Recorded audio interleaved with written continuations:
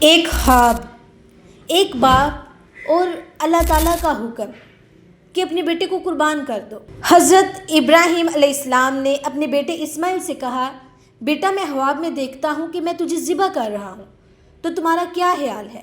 بیٹے نے کہا، ابا جان جو حکم ملا ہے آپ وہی کیجئے، انشاءاللہ آپ مجھے صابر پائیں گے۔ دیکھیں، یہ صرف بکرے کی قربانی کی بات نہیں، یہ اپنے نفس، اپنی چاہت، اپنے جذبات کو اللہ تعالیٰ کی رضا پر قربان کرنے کی ایک داستان ہے۔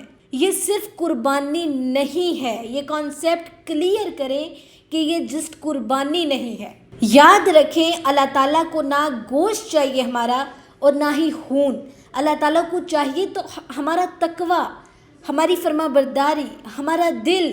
اس بار عید پر صرف بکرا نہیں، اپنا نفس بھی قربان کرو، اپنے غصے کو قربان کرو، اپنی انا کو قربان کرو، اپنی غرور، تکبر، ان سب کو قربان کرو، اور یہ جو دل آپ کا دنیا کی محبت میں لگا ہے، سب سے پہلے اسے قربان کرو۔ یہ اصل قربانی ہے۔